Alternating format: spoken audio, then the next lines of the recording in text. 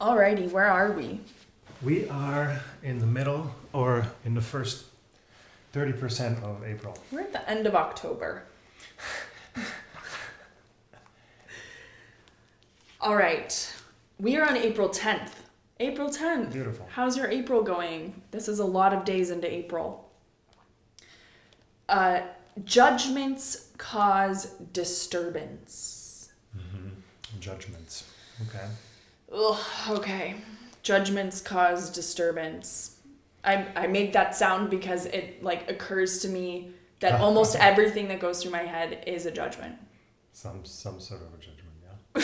So it's it's such a task to be the observer of your thoughts the way that the Stoics are talking about in here, and to get to the unbiased thought that is the theme for April.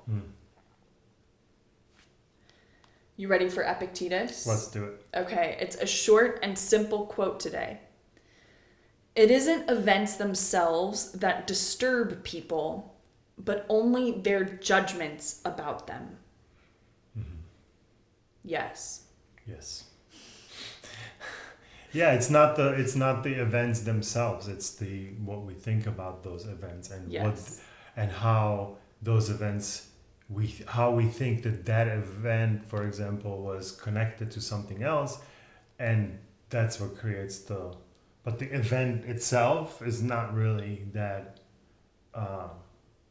significant or something, like almost no one event is like significant, Significant, you mean like it has meaning outside of the meaning we attribute to it? Yeah. Yeah, on its own, without us, It doesn't mean anything. Creating this,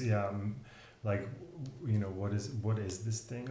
It's just like an event. It's like two things, there's many events we are not aware of, and we don't care about them. We don't even know about them, and then therefore we are not assigning any importance. Judgment, or we don't have opinion about it. Therefore, we don't have a judgment. Therefore, those things are not, they don't have as much judgment. But somehow, in our world, we notice that we're judging everything. Well, we would have judgments and opinions about those things if we knew about them. Or if they were so super important to, our needs or something, Yes, we feel a different way about things depending on how it's relating to our ability to get our needs met. And then I think that there's a lot of events you would care about, you would have a judgment on if you knew they were happening in the world, but you just have no concept that today all of these atrocious things happened. Meanwhile, you're freaking out about the atrocious thing that happened in line at the grocery store or something like that. Yeah. So yeah.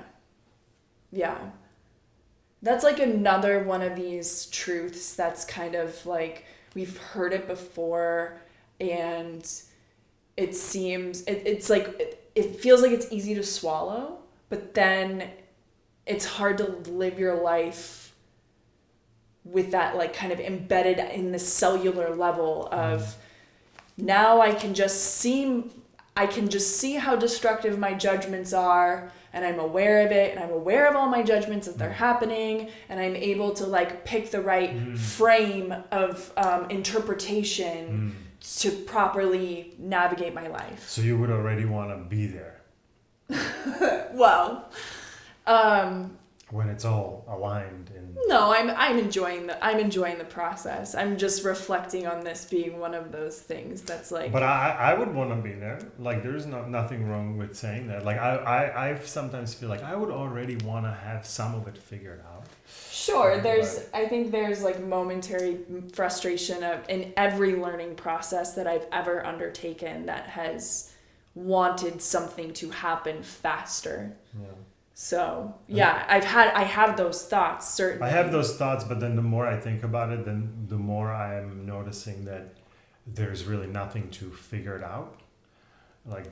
There's it's figuring something out is maybe having less of some experience and more of some other experience, like that's kind of like maybe something figuring out. But like even then, like I don't have control over what experiences are coming, so it's not really, you know, like figuring some, like there's this tendency, including myself, like oh, like I want to already have it figured out. But then if even if I like I learn a new thing that I didn't know, that doesn't figure anything out. It just moves it here, and I still have the same thought of like, oh, I want to still figure it out, and it's like it's never ending. There's no, and that's why I'm saying like there is no such thing as figuring something. Yeah, it's continual process. Yeah. Continuous improvement. Yeah, it's continuous improvement, totally. Yeah. Because it's by its nature, it is a process. It's not, there's no like final state to it. There's no like a final stage or final understanding or final epiphany or whatever. Because tomorrow is going to bring new experiences. So however enlightened I was today with the load that life gave me, it's like, well, tomorrow life might change the load that it's putting on my back, and like, today I might think of myself so high, like, oh, I'll be able to handle anything. But then if life actually gives me that anything, it's like you're sometimes surprised to find yourself turning, or like, let me put it in my terms, like I'm sometimes surprised to find myself turning into someone I didn't think that I would become because of some circumstances that life is serving. So, yeah. Good one. Okay, let's move on to what Ryan has to say. And if you have something about the quote so far, pause and put it in the comments for us, and then we can move on to Ryan. The samurai swordsman Musashi made a distinction between our perceiving eye and our observing eye. The observing eye sees what is. The perceiving eye sees what things supposedly mean. Which one do you think causes us the most anguish? An event is inanimate. It's objective. It simply is what it is. That's what our observing eye sees. This will ruin me. How could this have happened? Ugh, it's so-and-so's fault. That's our perceiving eye at work, bringing disturbance with it and then blaming it on the event. Mm-hmm. That's the post-mortem, or kind of the post-event, not organizer, but what am I trying to say? Like a person who like takes the, not the credit, but they're just like, hey, I know what I saw. Let me tell you what I saw. Like it's like a witness, like, right? Mm-hmm. It takes the role of a witness, and then now it's telling you like different things than what the eyes actually observed. It's like it's taking it from this like, oh, I'm using the data that what the eyes saw, but now I'm spinning it into like how I understand it or something, or like how like meaning, trying to assign a meaning to it, and then that is probably where the issue is. Yeah, because that meaning is probably not assigned correctly, or you're doing your best to assign it, but it's not. It's only from our collection of experiences plus our angle of looking at it. The combination of together, it creates a unique point of view, and then there are other points of views that we need to then consider, or something,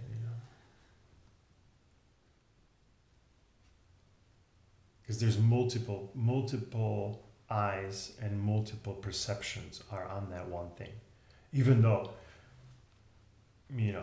I'm talking about like you have a issue in conversation or something, you know what I mean, like you could potentially be observing and perceiving only you, because you're on the beach by yourself and you see a rock fall down or something. Like you could be saying like, oh, I saw it with my eyes, and a big rock fell down, right? You can say that. Like that's the perception of big rock fell down, but the eyes just saw some movement of something, right? And you assigned this meaning to it.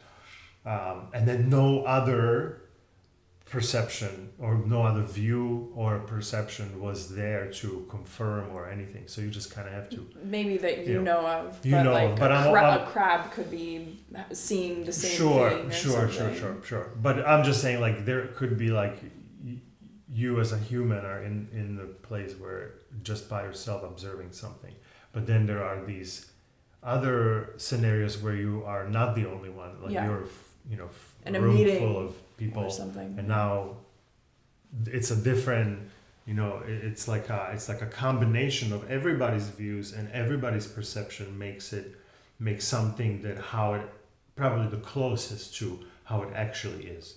Like objective truth would be like just that whatever behavior is like measurably in space, like what word was actually said versus like, I'm always surprised, for example, like when we get into like heated moments, like I think I'm listening to your words and then I'll like repeat back to you what I think that you said, and I'll like summarize it in my own way. And to me, I'm like, oh, this is the same exact meaning. But then you'll be like, no, that's not it at all. Because like the way that I've rephrased it has these subtle judgments in it, or these subtle evaluations or interpretations. It has like a different kind of spin on it. And so I think that I'm like being a really good listener and summarizing back what you said and like not adding on a layer of interpretation, and I'll fail at that. And so like it's very I'm struck by how subtle this is, because these judgments, they just feel like me. And they've been happening in a certain way, in a certain pattern for so long in my life. Like really it all started like way back when I was born, and like through childhood and all of that, like those patterns are being laid down in certain ways of seeing things. And so like it's so hard to peel that back and separate that from like an objective event happening in the world. And I want to fancy myself as somebody who's very good at being able to figure out what my judgments are about something. But the truth is, like, most of the time I don't even know when it's happening because it just feels like me. Yeah.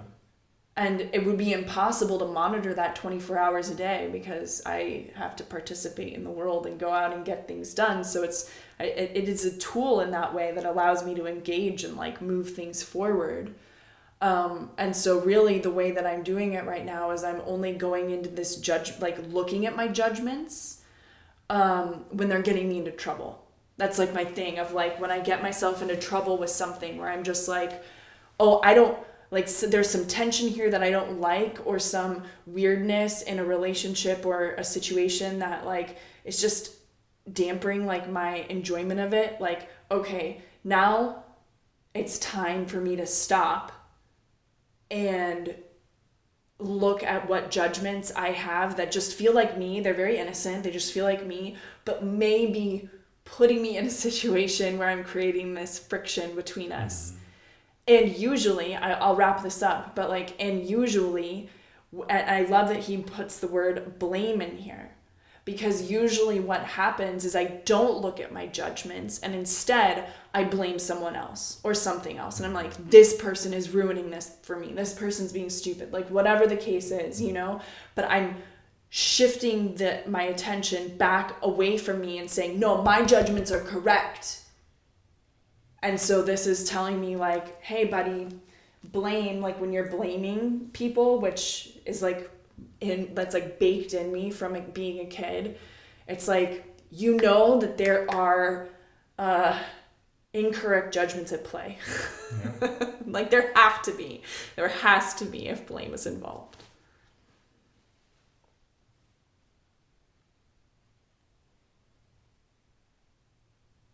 Yeah, blame is almost like a type of scent or something, you know, or a taste or something. Like when that's how that like I kind of trying to imagine like what's the best way to like catch yourself, and I'm like, well, it's when it's happening, it's so fast and like it's hard to catch it. But then I'm like, well, there's like scent to it or smell to it. You know, I'm not saying it smells. Well, maybe it smells bad or something, right? But like, or like a taste. Like it's kind of like it's not the. It's kind of has like its own color, taste, kind of a thing. Like I'm trying to assign something to it. So when